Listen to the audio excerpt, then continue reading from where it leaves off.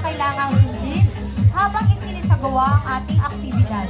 Upang ipaliwanag ito, tawagin natin si Mr. Dan Paul Dizon. So, good morning po sa ating lahat. Excited na po tayo.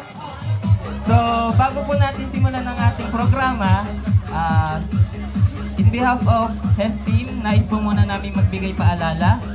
So, magandang araw po sa ating lahat. Ang ating programa para sa company outing na gaganapin ngayong araw ay magsisimula na at nais po namin ipabatid na ang Rebisco Management kasama ang mga event organizers ay binibigyang prioridad ang inyong kalusugan, kaligtasan at seguridad habang nagsasaya sa kabuuan ng programa ngayong araw.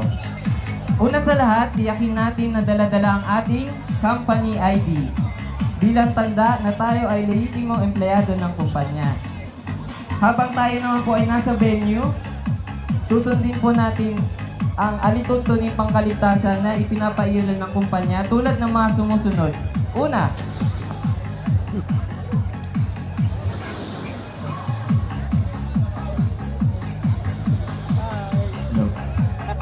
huwag pumunta sa dagat ng mag-isa lalo na kung hindi marunong lumangoy. Pangalawa, magdala ng sariling inuming tubig upang mapanatili ang hydration at maiwasan ang sakit na dulot ng sikat ng araw. Pangatlo, tayo ay may ibang kasama sa resort. Pinapaalalahan ang bawat isa na ingatan ng inyong mga personal na kagamitan katulad ng cellphone at iba pa upang ito ay hindi mawala. Pang-apat, uminom ng katamtamang dami ng alak at iwasan ang sobrang paglalasing. Pang-lima, tungkol naman po sa paninigarilyo, siguraduhin na naitapon natin ito ng maayos upang maiwasan ang sunog. Pang-anim, ipinagbabawal ng pakikipag-away. Pang-pito, maglagay ng sunblock bago bumaba sa ating mga sasakyan bilang proteksyon sa sikat ng araw. Pang-walo, may pit na sundin ang mga itinakdang safety precautions na ipapatupad sa loob ng resort katulad ng mga sumusunod. Lumangoy lamang hanggang sa itinakdang boundary ng resort at huwag lumagpas sa safety boundary upang makaiwas sa anumang pangyayaring na may kinalaman sa inyong kaligtasan. Tanggalin ang mga accessories katulad ng hikaw, singsing, eyeglasses lalo na kung gagamit ng mga sasakyan na pangtubig. Pang-siyam, magsuot ng footwear na angkop sa tubig o dagat upang maiwasan ang pagkasugat o pagkadulas. Pang-sampo, huwag kalimutang inumin ang inyong mga prescribed maintenance medicine bago umalis at magbaon ito. Pang-11, kung kayo po ay kasali sa mga palaro, sundin natin ang mga safety requirements dito. Pang-12, sa ating pag-uwi, siguraduhin i-check ang inyong mga personal na kagamitan ay kumpleto upang maiwasan na may mga maiiwan sa venue.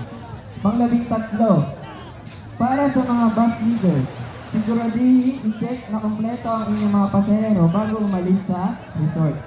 At panghuli, siguraduhin ang inyong mga pinagkainan ay ilagay sa tamang basurahan bago lisanin ang inyong mga cottages.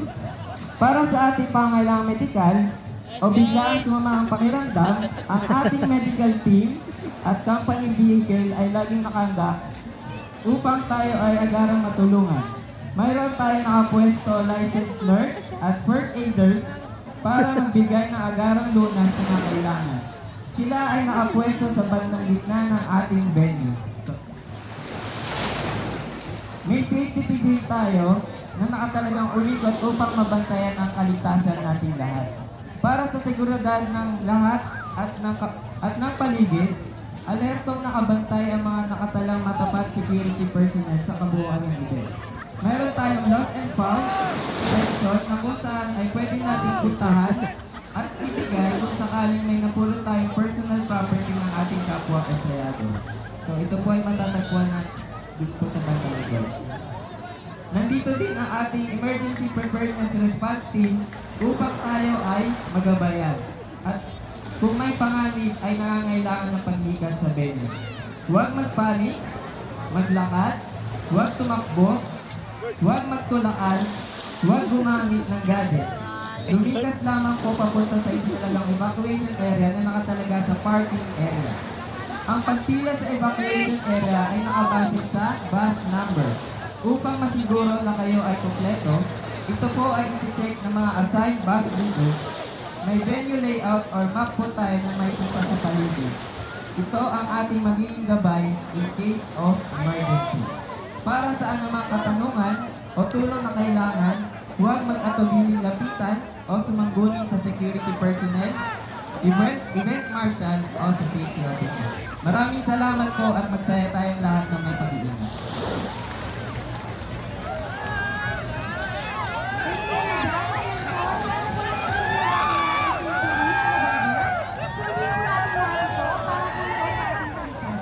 O guys, katulad ng nabanggit ni Sir Dan, dapat safe tayo habang tayong lahat ay nagsasaya.